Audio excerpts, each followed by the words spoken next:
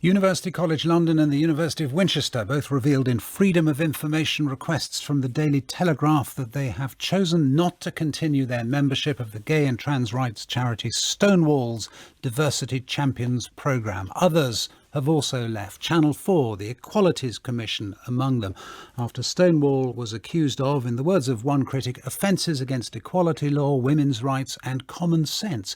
Is this real, or is it a reflection of a media campaign against Stonewall and against the rights of trans people in particular to live free of harassment? Stonewall turned down the opportunity to talk about these things, but we will be joined in a moment by someone who broadly supports them.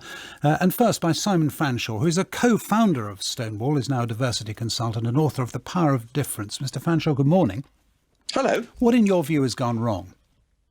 Well, you have to try and start, I think, by what we're trying to achieve. And the important thing would be to achieve a situation where trans people can live in a world which is fair and without discrimination, and a world in which women can have access to the services and the spaces and the sports for which they fought so long. So women-only spaces, services and sports. So that's where we want to get to, is where we have equality for both sides of this. The problem, I think, is that Stonewall has embarked on a course of action which is essentially divisive, because what they've said is, number one, is they're campaigning for self-ID to be the basis of the law, which means you simply say that you're the opposite sex and you then would get the legal possibilities that flow from that. Secondly, that not only have they said that and then refused to acknowledge that raises these issues about women-only spaces and so on and so forth. But secondly, they then said, but anybody who says, for instance, that sex is binary, in other words, that there aren't men and women, is a bigot. And last week, the chief executive of Stonewall said that this was akin to anti-Semitism.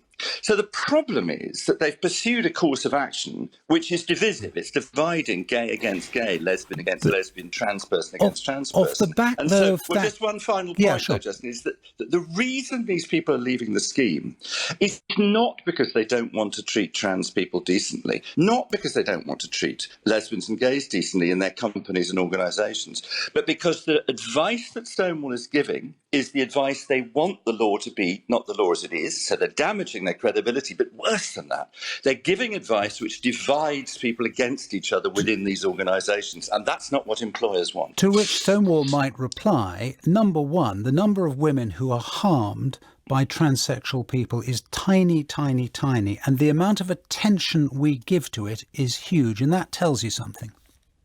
No, that's not a good argument for two reasons. Number one is that we have safeguarding for children, not because all adult males are paedophiles or adult females are paedophiles. We have it because of the very small number of kids who need to be protected. So always safeguarding is about the worst situation, not the best situation. Secondly, I am not suggesting that trans people in all women's spaces are necessarily a harm to women. What I'm saying is there are implications to that. If you're a girl in sports and you were previously able to run or jump or whatever, and you were at the top of your group and your class, and you are then required to compete against somebody who has had all the advantages of male puberty and what that gives you in terms of musculature and athletic ability, you are immediately bumped down. So what this does, it disadvantages women. And the point is not, look, let's say I thought just briefly, Simon. Okay. So let's say I thought self-ID and the end of the women-only exemption and the Equality Act was a good idea. I would still, it seems to me, have to confront the fact that this raises issues, and I would have to discuss them reasonably and sensibly with other people so we can reach the best settlement for all. Simon Fanshawe, thank you. Let us turn to Benjamin Cohen, who is the Chief Executive Officer of Pink News, and as I say, broadly supportive of Stonewall, and are obviously a member of the group speaking for them. Good morning to you, Mr. Cohen. Hi, good morning. Just on the point about abolishing legal provisions for single-sex spaces, do you not accept that it is perfectly acceptable for women to campaign for those single-sex spaces and to say that those who have changed sex should not be in them? Well, firstly, thank you for having me on. It's obviously a delight that during Pride Month and the beginning of Pink News' Pride for All event, which happens today, which is about bringing together the LGBT community, the BBC has instead decided to have a debate with two different gay people talking about trans issues. And it's quite odd to have, I'm a cisgender man, I'm not transgender. Simon is also not transgender. You're not transgender. So once again, it's a debate about trans issues without a single trans voice. Hang on a second. Number one, you don't know anything about me. Number two, I asked you a question. Would you answer it? Sure, but I've made a statement. Is this a debate about trans issues with no trans voice? Yeah, you've made your statement. Now, could you answer the question? You made the statement, which is that the provisions around who gets access to single-sex spaces has changed. That hasn't changed. The Equality Act was passed in 2010. There's been no changes to that. Yeah, no, what I'm suggesting is that Stonewall would like to change it, and a lot of women are worried about that. Sorry, you just claimed that, but that's not actually true. So Stonewall supports self-ID, which is about simply about paperwork. So you've been able to self-ID for practical purposes for the Equality Act since 2010. Yes, but not, for instance, to go to a safe space for women, like a women's refuge. Hang on a second. Those are protected, aren't they? Yeah, Tell me if I've got this wrong. To be protected. Yes, and they continue to be protected. And does Stonewall answer me a question, Justin? Has Stonewall said that those spaces should be open to trans people? I don't believe they have. Well, exactly. This is the problem. But hang on. I think we agree on this. Hang on a second. I think we agree on this in that case, because is it the case or is it not the case that Stonewall is campaigning for those safe spaces not to be women only? They aren't campaigning for that. That's just misinformation being spread by a homophobic and transphobic media, I'm afraid.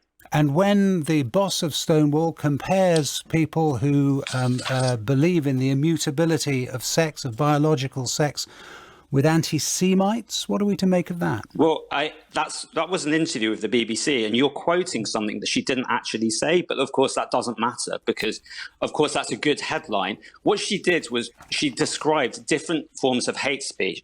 She described gender-critical views, which is the polite way of saying transphobia, anti-Semitism. No, it's not. It's not. Hang on a second. Gender-critical feminism is not a polite way of saying transphobia. You know that, and I know that. You just described it as.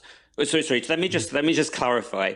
I'm trying to answer the actual question which you said, which is that she compared it to anti-Semitism, but actually the quote on the BBC wasn't what you just quoted. Whether it's hang on a second. She said whether it's anti-Semitic beliefs, gender-critical beliefs, beliefs about disability, we have legal systems that are in place for people who are harmed by that. In other words, comparing. Is that true? Sorry, is that true? They are all protected by the Equality Act. I am someone who's a member of the LGBT plus community. I am Jewish, and I'm also someone who has a disability. That's the point, isn't it? If you discriminate against me on any of those bases, it's the same. It's as bad as each other. No, it's not about discrimination. It's about speech. I'm asking you the question, if you discriminate against me because I'm Jewish or because I'm gay, which is worse? Can you define which is worse? Justin? Benjamin Cohen, thanks for talking to us. We're out of time. And as I say, Stonewall could have come on but didn't.